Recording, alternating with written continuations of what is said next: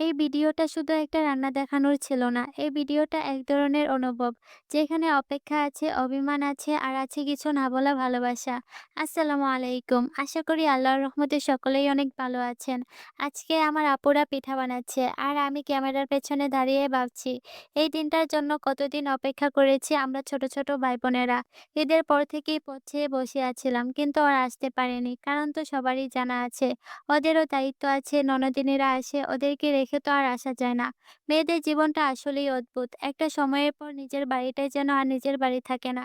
যে ভাই-বোনদের সাথে একসাথে বড় হয়েছে, হেসেছে, কান্না করেছে, সেই মেয়েটাই এখন এই বাড়িতে আসতে গেলেও সময় মেলাতে হয়। আর আমার আপুরাও ঠিক তেমন। ওরা আসতে চায়, থাকতে চায় কিন্তু পারে না সবসময়। আর এদিকে আমরা ভাই-বোনেরাও শুধু বসে থাকি এই আশায়। আজ হয়তো ওরা আসবে, আজ হয়তো আবার সেই পুরোনো দিনটা ফিরবে।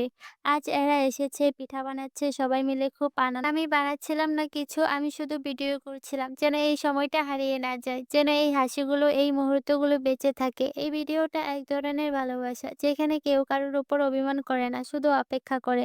মেয়েরা সবকিছুতেই মানিয়ে নিতে পারে, শুধু একটু সময়ের দরকার। আচ্ছা যাই হোক, আজকে এ পর্যন্তই। ভালো থাকো, সুস্থ থাকো। আল্লাহ হাফেজ।